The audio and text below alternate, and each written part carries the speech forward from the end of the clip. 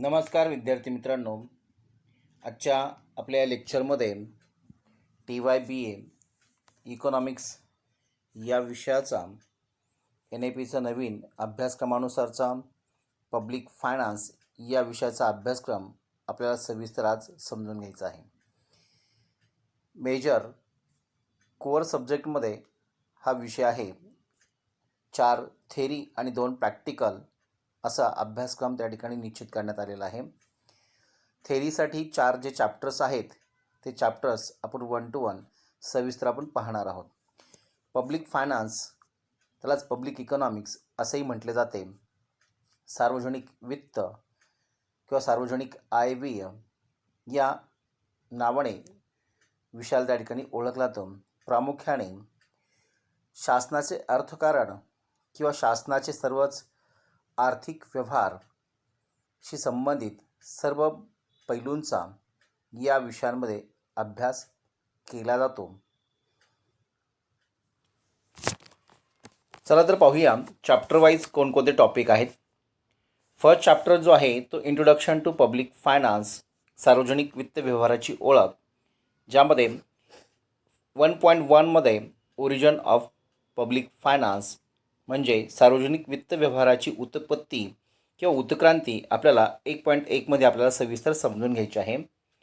1.2 मध्ये meaning, nature and scope of public finance म्हणजे सार्वजनिक वित्त व्यवहाराचा अर्थ, स्वरूप आणि व्याप्ती आपल्याला 1.2 मध्ये सविस्तर समजून घ्यायची आहे. 1.3 मध्ये private finance and public finance म्हणजे खाजगी वित्त व्यवहार आणि सार्वजनिक वित्त व्यवहार यातील आपल्याला फरक 1.3 मध्ये आपल्याला सविस्तर समजून घ्यायचा आहे. 1.4 मध्ये importance and role of public finance हा टॉपिक आपल्याला समजून घ्यायचा आहे. सार्वजनिक वित्त व्यवहाराचे महत्त्व आणि भूमिका जे परिषदेच्या दृष्टीने महत्त्वाचे आहे. 1.5 मध्ये महत्तम सामाजिक लाभाचे तत्त्व जे डाल्टन या अर्थशास्त्रज्ञांनी मांडलेलं आहे. Principle of maximum social advantage by doctor Dalton हे आपल्याला त्या ठिकाणी 1.5 मध्ये आपल्याला समजून घ्यायचे आहे. प्रकरण 1 हे विषयाची ओळख म्हणून आपण त्या ठिकाणी सविस्तर आपल्याला अभ्यासायचे आहे. प्रकरण 2 जे आहे त्याचं टायटल आहे पब्लिक एक्सपेंडिचर, सार्वजनिक खर्च. शासनाचा प्रामुख्याने अभ्यास 3 महत्त्वाच्या पैलूंवर आधारित आहे, ज्यामध्ये सार्वजनिक उत्पन्न, सार्वजनिक खर्च आणि सार्वजनिक कर्ज. त्यातील दुसरा जो महत्त्वाचा टॉपिक आहे सार्वजनिक खर्च, जो आपल्याला प्रकरण 2 मध्ये अभ्यासायचा आहे. त्यामध्ये 1.1 मध्ये meaning and principle of public expenditure म्हणजेच सार्वजनिक खर्चाचा अर्थ आणि तत्त्वे आपल्याला 2.1 मध्ये आपल्याला सविस्तर समजून घ्यायचं आहे.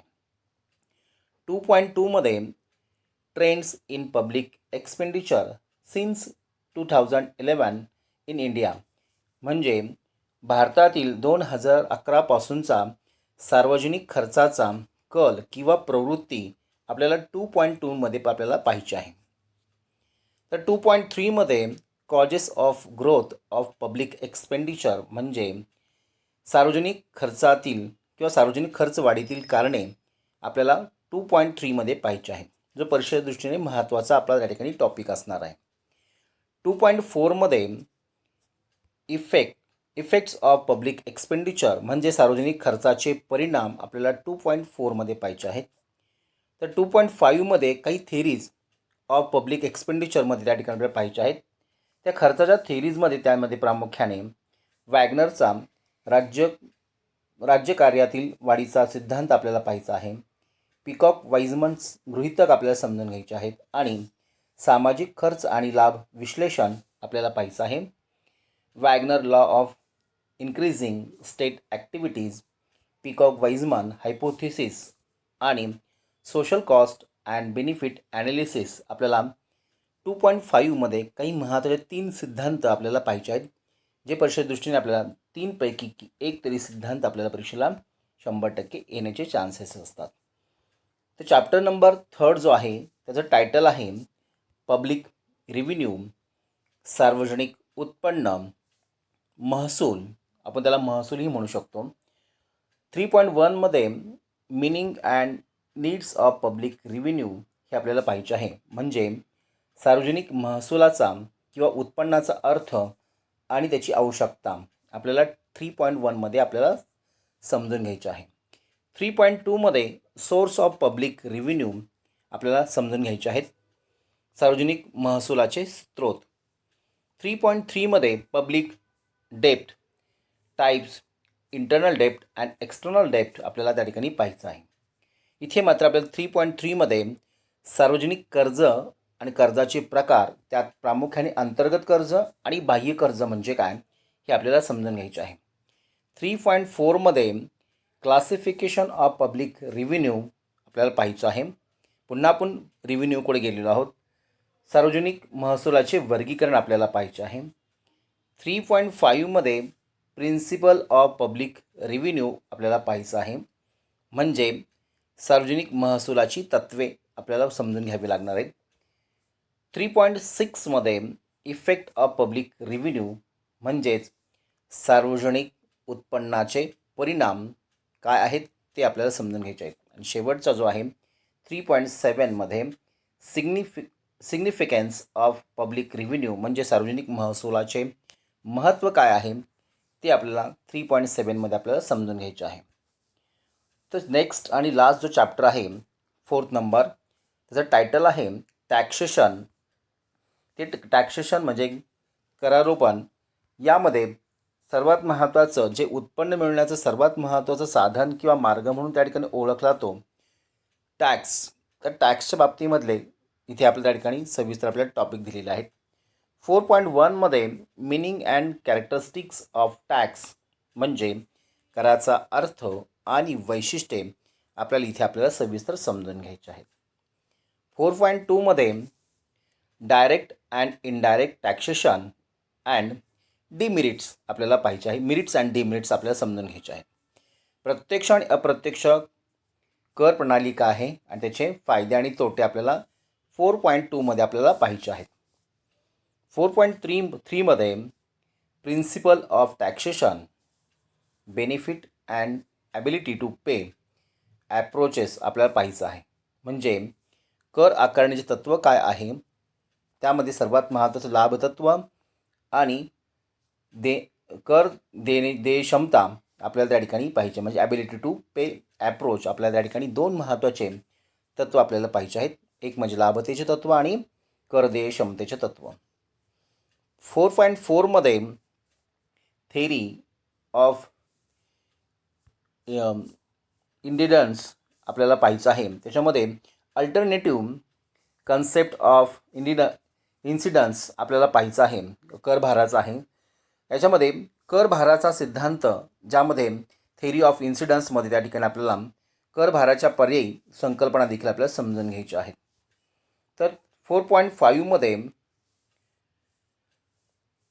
अलोकेटिव्ह and equity aspects of individual taxes आपल्याला पाहिजे आहे. म्हणजे वैयक्तिक कराचे वाटपविषयक आणि समतेविषयक पैलू आपल्याला त्या ठिकाणी समजून घ्यायचे. म्हणजे कर वाटपाविषयक आणि कर समतेविषयक आपल्या त्या ठिकाणी वेगवेगळे पैलू जे आहेत ते आपल्याला त्या ठिकाणी 4.5मध्ये आपल्याला समजून घ्यायचे आहेत. नेक्स्ट 4.6मध्ये आपल्याला त्या ठिकाणी थेरी ऑफ ऑप्टिमल टॅक्सेशन आणि एक्सेस बर्डन ऑफ टॅक्सेस आपल्याला पाहायचं आहे. इष्टतम कर आकारणीचा सिद्धांत जो ऑप्टिमल त्या ठिकाणी थेरी आहे, म्हणजे पर्याप्ततेचा कर आकारणीचा सिद्धांत आणि त्यामध्येच कराचा अतिरिक्त भार एक्सेस बर्डन ऑफ टॅक्स आपल्याला त्या ठिकाणी समजून घ्यायचं आहे. नेक्स्ट 4.7मध्ये आपल्याला the problem of double taxation आपल्याला समजून घ्यायचं आहे. दुहेरी कर आकारणीची समस्या काय आहे. आपल्याकडे ड्युअल टॅक्स सिस्टीम आपल्याकडे आहे, double tax system, direct and indirect tax system. त्याचे नक्की त्या ठिकाणी तोटे काय आहेत हे आपल्याला 4.7मध्ये आपल्याला समजून घ्यायचे आहेत. नेक्स्ट आणि लास्ट जो टॉपिक आहे आपला तो म्हणजे शिफ्टिंग ऑफ टॅक्स बर्डन, म्हणजे करभाराचे हस्तांतरण किंवा स्थलांतरण ते आपल्याला समजून घ्यायचं आहे. कर कसा त्या ठिकाणी दुसरीकडे ढकलला जातो, त्याचं त्या ठिकाणी शिफ्टिंग कसं केलं ते आपल्याला 4.8मध्ये आपल्याला शेवटच्या टॉपिकमध्ये आपल्याला ते सविस्तर समजून घ्यायचे आहे. अशा प्रकारे 4 चॅप्टर्समध्ये आपल्याला प्रकरण 1 जे आहे ते विषय ओळख आहे, इंट्रोडक्शन ऑफ पब्लिक फायनान्स. दुसरं जे चॅप्टर आहे ते आपलं पब्लिक एक्सपेंडिचरवर त्या ठिकाणी आहे, सार्वजनिक खर्चाचा त्या ठिकाणी अभ्यास आहे. प्रकरण 3 सार्वजनिक रेव्हेन्यू, पब्लिक रेव्हेन्यू म्हणजे सार्वजनिक उत्पन्नाचा अभ्यास करायचा आहे. आणि त्याचंच राहिलेला रिमेनिंग पार्ट प्रकरण नंबर 4मध्ये 4 चॅप्टरमध्ये टॅक्सेशन कराचा आपण सविस्तर संकल्पना त्या ठिकाणी आपल्याला आपण पाहिलेला आहे. म्हणजे आपला हा सविस्तर अभ्यासक्रम सार्वजनिक उत्पन्न, सार्वजनिक खर्च आणि सार्वजनिक कर्ज या 3 पैलूंचा अभ्यास आपल्या यामध्ये त्या ठिकाणी कव्हर केलेला आहे.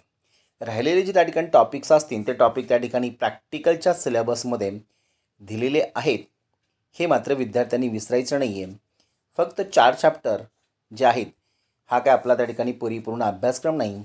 राहिलेला जो भाग आहे तो प्रॅक्टिकलमध्ये त्या ठिकाणी दिलेला आहे. ते प्रॅक्टिकलच्या निमित्ताने देखील आपल्याला पब्लिक इकॉनॉमिक्स किंवा पब्लिक फायनान्स आपल्याला त्या ठिकाणी तो विषय त्या ठिकाणी समजून घ्यायचा आहे. तर आजचं हे आपण त्या ठिकाणी अभ्यासक्रम आपण सविस्तर आपण पाहिलेला आहे.